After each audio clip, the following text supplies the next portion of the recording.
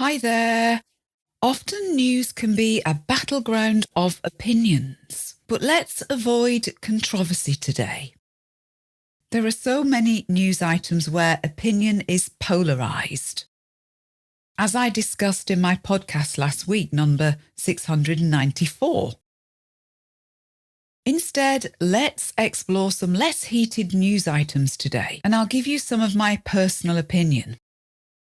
This way, you're not just learning English, you're getting a taste of British perspectives too. Stay with me today and you'll learn some vocabulary for discussing the economy, essential for those of you doing English exams, English spoken exams, and we'll take a virtual trip to Iceland for some geological vocabulary.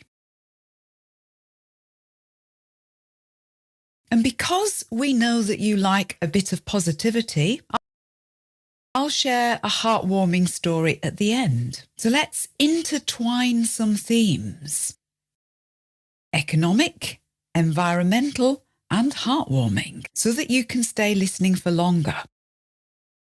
So imagine walking into a shop last October in the UK and noticing how quiet it was.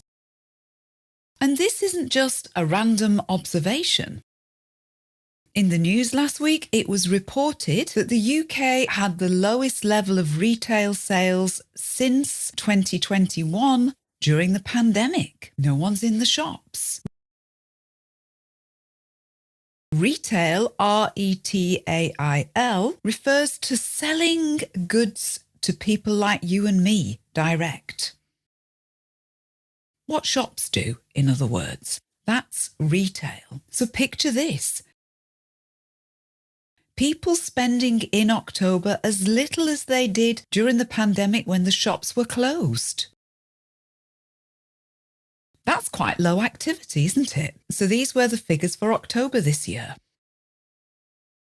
News often paints this sort of thing as doom and gloom. Doom and gloom is a very British way of saying things don't look good. It's a bit of a pessimistic outlook. So the UK economy isn't growing, and that's terrible. Gloom, G-L-O-O-M, can mean rather dark, not much light, and we use the adjective gloomy. We have some gloomy days in November in the UK because it's quite dark, and sometimes it's lovely and sunny. But we also use gloom and gloomy to talk about our mood as well, how pessimistic we might be feeling. And doom, D-O-O-M, means an unhappy ending, an outcome that we don't want. That's doom. So we might say something is doomed. So is it really all that bad? Is it gloom and doom? Well, if you listen to the official talk about it, this is someone from the Office for National Statistics, or the ONS, speaking. It sounds like this. It was another poor month for household goods and clothes stores, with these retailers reporting that cost of living pressures, reduced footfall, and poor weather had hit them hard. Three things strike me about this, and I'm about to give you some opinion here.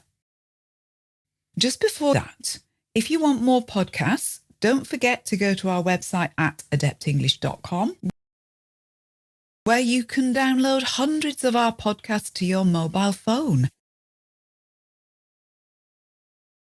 Great for your English listening.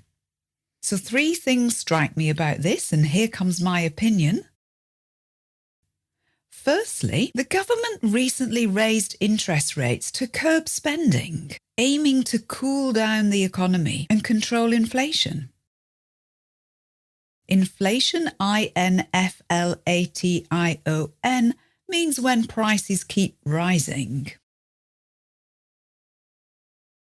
So, if people are spending less, isn't that the intended result? So why complain and be full of gloom and doom when it actually happens? People are actually spending less. To be fair, there are other factors going on with inflation, global factors, that's global, and it means coming from around the world, not just in our country. But when more of people's household income is spent on the basics, the roof over your head, as we might say, and things like food and power, then people have less expendable income. So quite sensibly, they spend less. So basically, I'm saying, what do you expect? Is this bad news, or is this a predicted result from a Bank of England measure that the government certainly approved of?